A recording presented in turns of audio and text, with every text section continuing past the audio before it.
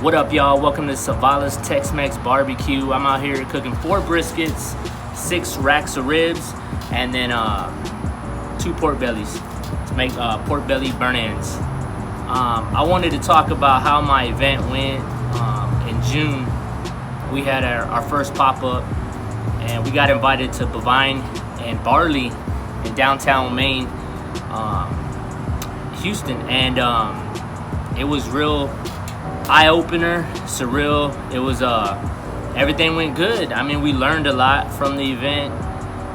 The reason why we were invited was basically we cook and spread our advertisement through Facebook. One of my friends took a picture of our food, and someone that he was friends with was director of operations or something like that at that place. And she reached out to me and said, hey, look, we have a pop-up series every Thursday. We invite people. Y'all can use our kitchen, blah, blah, blah. You don't want to do it? I'm like, yeah, of course.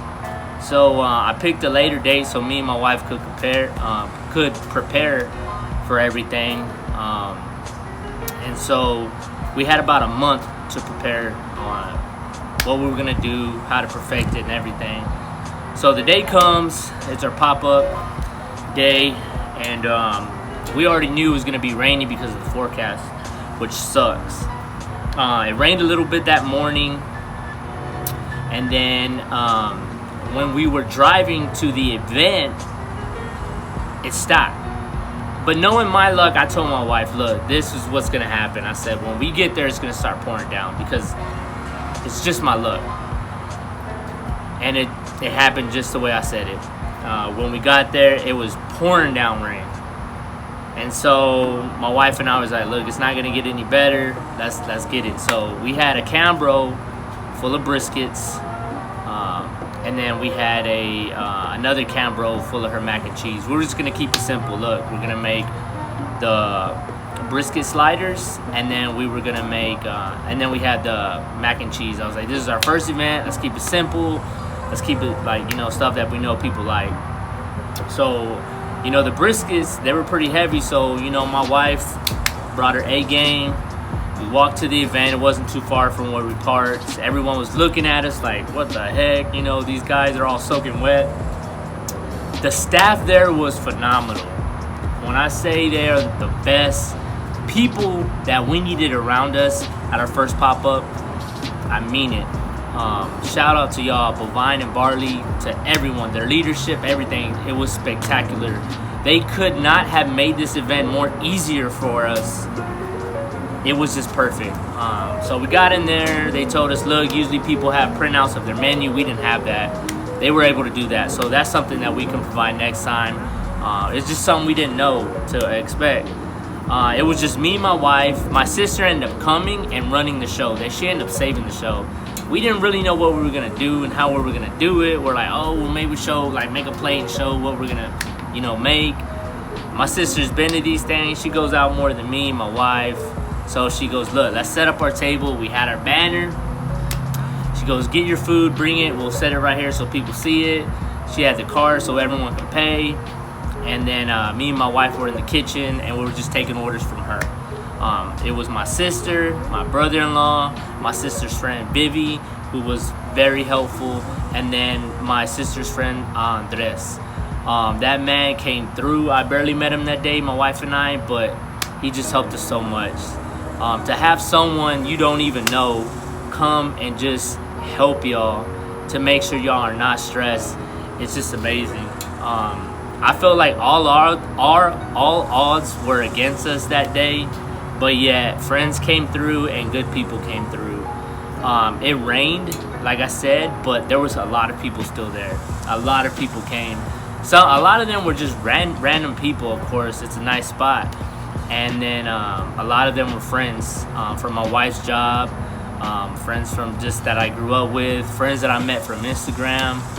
I think there was one part of the night where I walked out of the kitchen to bring people their plates, and I just saw all these people in the room, and a lot of people were eating our food, and it got me kind of like a little teary because, from someone cooking in his backyard to feeding people in downtown Houston on Main Street is just something that I never thought would happen.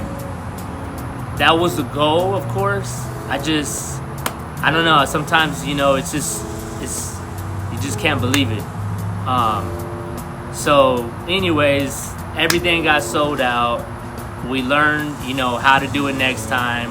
We learned that you need a team. It helps having a team with you. But yeah, so hopefully we look forward to doing some more pop-ups. Everyone was nice. We had some good drinks with some friends after. And so yeah, so tomorrow is Friday. Today is Thursday. I'm starting the briskets, and then, you know, I let them rest for a while. And then I'll cook the ribs tomorrow and the pork belly burn-ins. And we're doing a thing, you know, Friday night munchies. So, you know, people can come through, pick up food. We're gonna stay here. We're gonna have some drinks, and we're just gonna have fun. It's gonna be a night sale. It's not gonna be so much in the day. So we're just gonna cook. I'll probably buy some more meat, more rack of ribs. I got a lot of people pre-ordering, and we'll go from there. And then we're just gonna feed some people, make some money, and then I'll go again Sunday. I'll probably sell some ribs on Sunday. And yeah, so that's a little bit of what's going on. I wanted to share my event, and I'm gonna show y'all some food in a second. All right, thanks. Okay, y'all, so it's been about 3 hours in, and I'm just gonna show y'all the briskets. So yeah, so I've done a lot of changing as far as how I cook in this cooker, and it's helped a lot. But anyway, so they're looking good. I don't really spritz them as much anymore like I used to. It's more so whenever I'm like 8-9 hours in, when I'm building a bark, you know, I'll spritz around the edges. That's about it. It's not really something I want to just keep doing. But yeah, I'll show y'all then when I'm about to wrap them, so y'all know what to look for. And then the next scene will be me doing the ribs, and then the pork belly bites, or pork belly burn-ins. And I'll show you how we put a plate together, and we're gonna have some beers tomorrow, so we're gonna have some fun. Y'all stay tuned. So we're about 6 hours in, getting some color. Cover those corners that are kind of curling, that are more thinner. We got that. So we still got about 6 more hours, 5, maybe 4 until I wrap it. We'll take another look. Alright, y'all, real quick. So everyone has been affected by the price of meat. It's moved up a lot, and it sucks. But one thing I can recommend is mess around with chicken. Start getting creative with like vegetables and stuff like that. That's what my wife and I did. We're making half chickens, messing around with zucchini fries, roasted potatoes, and so it's fun. You know, think about it like a chef. Think of ideas outside of the box that's gonna be good and attract people. You know, add a lot of color. People love to see color when they eat. It doesn't mean that you're gonna have to make crappy food. Just get creative. But people that love your product are still gonna buy it no matter what price it is, and they'll understand, because we all know that it just moved up a lot, the price of meat. So anyways, back to barbecue. So something cool is that I had a friend reach out to me, and they told me their father's neighbor was trying to get rid of some wood. And I was like, well, I only use post oak. Well, they're like, I know it's an oak, but I don't know if it's post oak. It ended up being red oak. They gave me a good deal. I took advantage of it. It was way more than this, but I've been barbecuing a lot, so it has shrunk down a little bit. When I first used it, I'm like, oh, okay, it smells like oak. And it has a little bit different flavor profile, but I like it. From what he told me is that the man had cut it down and aged it for 3 years. Was planning on using it, but never did. And so he was just trying to get rid of it. So I took it. From what I hear too is that people use it for like grilling. Maybe I think Santa Maria grilling or so. But yeah, I've been using it and it's been working well. So If you want to know how red oak is, it's pretty good. It smells like oak. I never use white oak, but I'm pretty sure they have similar smells with different little minute little differences. Look, y'all, a quick tip is once you wrap your briskets, put the flat side towards the fire. Throughout the whole cook, your moist, the point is going to be facing the fire. And then whenever you wrap them, it's good to put the flat towards the fire so it can catch up as far as temperature. From what I hear, that's what the pros do. So yeah, so try it out, see if it works. I know a lot of people have problems with uneven temperatures on both sides sometimes. So just go ahead and try that. If it works, it works. If it doesn't, then keep doing what you do. Morning, y'all. Let's make some ribs.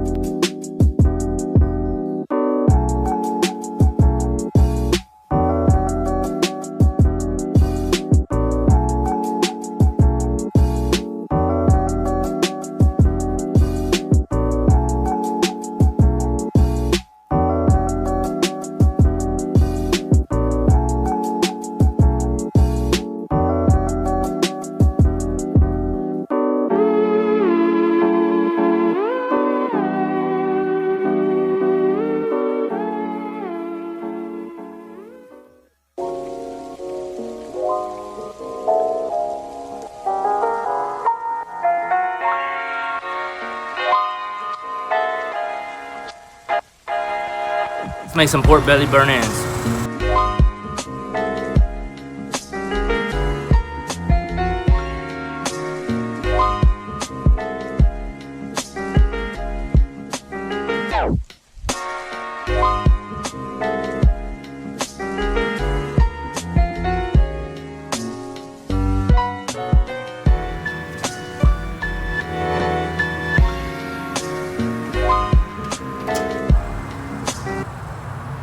Alright, y'all, so this is how they look. This is how I want them to look right here. A little bit darker, but other than that, that's good. These, like I said before in one of my other videos, the hottest spot is always going to be right here. So what I'm going to do is I'm just going to put these over here and then the middle ones over here, the biggest ones probably. Alright? Okay, so all I did was flip the pork belly burnt ends on the fat side. So most of the heat is coming from under. So I'm charring them on both sides. So if you see, they got a good char. And on the fat side now, it's going to char up.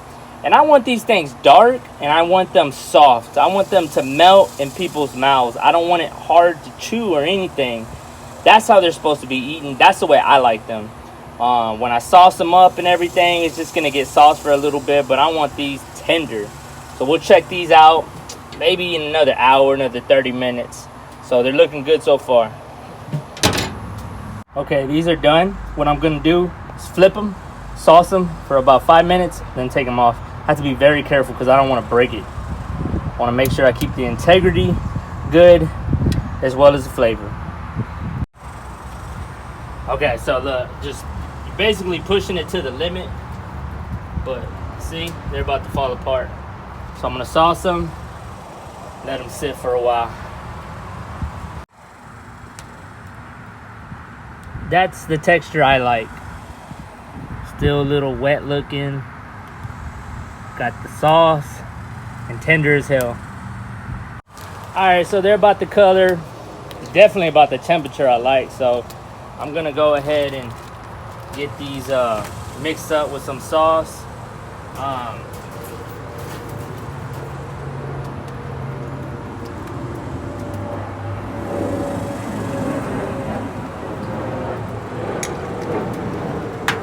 A little bit of sugar.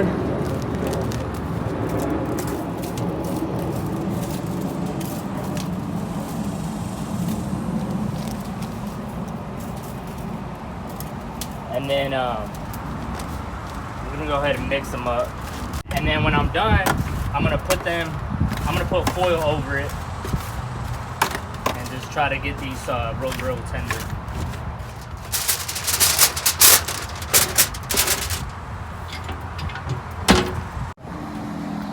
So this is the second batch of pork bellies. I already took the other ones off. I basically put them in that pan and then resauced them right now. I'm about to take them off. Ugh. Alright, pork jello's ready.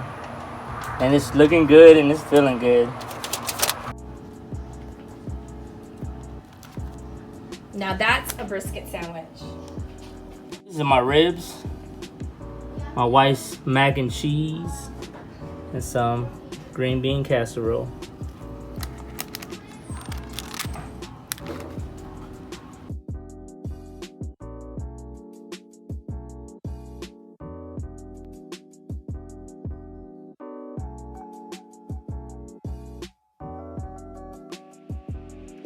All right, y'all, so I'm done. It's about 10 o'clock at night.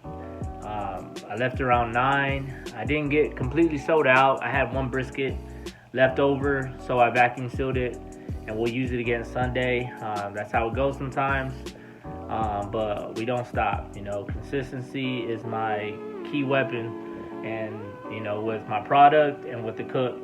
And whenever you want to be successful, you just gotta just say no. You know, you just gotta no. I ain't giving up. I ain't stopping. So that's my plan. I hope y'all like the footage that I was able to record. It was kind of hard because I was tired as hell and I was busy. What you didn't see is that we lost power a couple times during the cook. And you know, I had to go back, put the breaker, and then there was people coming in and out, and I was still cooking some ribs. So it got hectic, but you know, there's always some type of obstacle, but you just gotta calm down and just deal with it. And so that was kind of interesting. But please, if you like what you saw, please like it, subscribe, comment, try to build my YouTube channel. I'm trying to be transparent with y'all about the business. It's not always pretty, but you know, it's what it is. I love barbecue. I love making stuff that makes people happy when they eat it. You know, I love, like, when I came home, I had like a little bit of ribs left, and I was like, you know, I told my neighbor, I seen him walking his dog, and I was like, you hungry? He's like, I can eat. I rarely talk to him, and I just told him. And so I was like, hey, come upstairs in 10 minutes. So I sliced some ribs, gave him some moist brisket. He came back like in 5 minutes with a rib in his hand, eating it. He's like, bro, I don't know what the hell you're doing to your food, but he goes, you need to keep on doing it. And I rarely talk to him, so that was pretty cool. But anyways, it was fun making this video. And I'll make some other ones soon. So maybe I'll do one Sunday because I'm gonna cook again Sunday. So until then, y'all take care. God bless.